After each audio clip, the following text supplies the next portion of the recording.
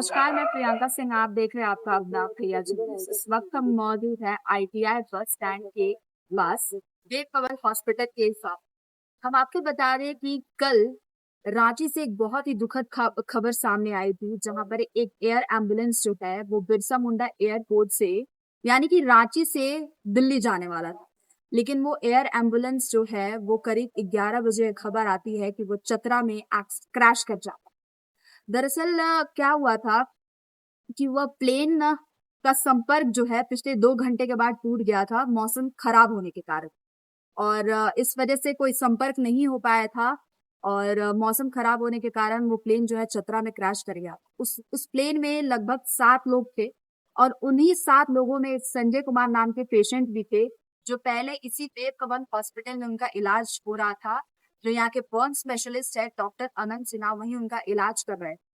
आइए चले यहाँ के जो बर्न स्पेशलिस्ट हैं डॉक्टर अनंत सिन्हा, उनसे जानते हैं कि संजय कुमार जो यहाँ पर मरीज आए थे वो किस अवस्था में आए थे और क्या उनका इलाज हो रहा था और उनके परिवार वाले क्यों उनको दिल्ली ले जाने के लिए इतना ज्यादा परेशान हो रहे हैं। चलिए सीधे उनसे बात करते हैं और जानते हैं उनका किस तरीके का इलाज हो रहा था इस अस्पताल।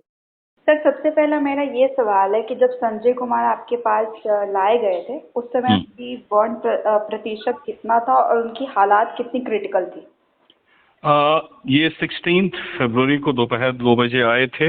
हिस्ट्री थी कि कुछ पेट्रोलियम प्रोडक्ट्स पे काम कर रहे हैं जिसमें आग लग गया। इसमें हम लोग सस्पेक्ट करते हैं थोड़ा रेस्पिरेटरी बर्न्स भी, क्योंकि पेट्रोलियम प्रोडक्ट जो होता है ऑर्गेनिक केमिकल्स होता है, अगर अंदर फ्यूम्स चला जाता है तो प्रॉब्लम होता है। अदरवाइज बॉडी परसेंटेज बर्न्स इनका हम लोगों ने रिकॉर्ड किया था 63%, विच इज क्रिटिकल। और अगर साथ में रेस्पिरेटरी बर्न्स है तो और भी क्रिटिकल होता है। हम लोगों ने इनको सीधा आईसीयू में रखा था। 2-3 ड्रेसिंग्स हो गई थी। He was about to improve, but the relatives thought कि शायद इम्प्रूव नहीं करेंगे, because 60% is always a critical burns. कुछ भी हो सकता है। हम लोग भी साल भर में 10-12 ही मरीज बचा पाते हैं, बट बचते हैं। ऐसा बात है कि नहीं बचते हैं। फिर इन लोगों ने आपस में फैसला किया for better care we would preferably try and go to Delhi. हमने कहा कोई बात नहीं है। फिर इन लोगों ने कल सुबह ही हमसे बातचीत की और एयर एम्बुलेंस अरेंज कर लिया।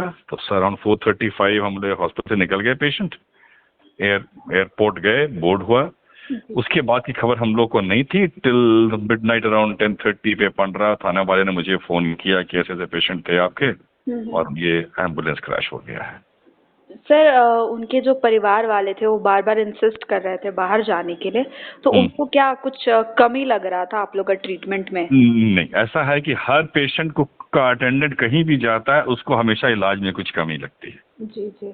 ठीक है। बर्न में कम से कम दिन भर में 50-60 प्रक्रिया होती है। ड्रेसिंग्स हुआ, ब्लड टेस्ट हुआ, सब कुछ, खाना कितना खा रहा है। और थोड़ा सा ये लोग डिससेटिस्फाइड थे क्योंकि हम लोग उनसे बहुत सवाल जवाब भी कर रहे थे।